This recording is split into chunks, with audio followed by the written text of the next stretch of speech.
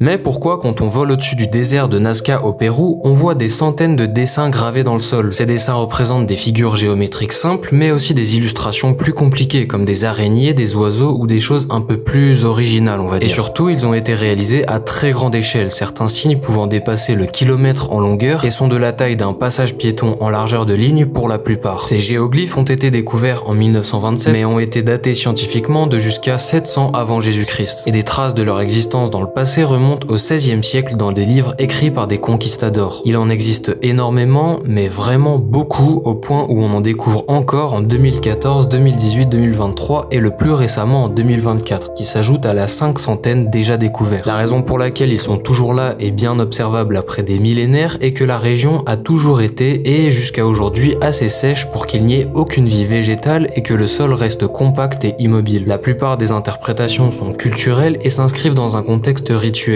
D'autres émettent l'idée d'un lien possible avec l'astronomie. Et bien sûr, on a beaucoup de théories ufologiques qui se basent sur le fait qu'on ne peut voir ces dessins que d'un appareil volant, et d'autres de méthodes d'orientation dans la région pour les peuples anciens.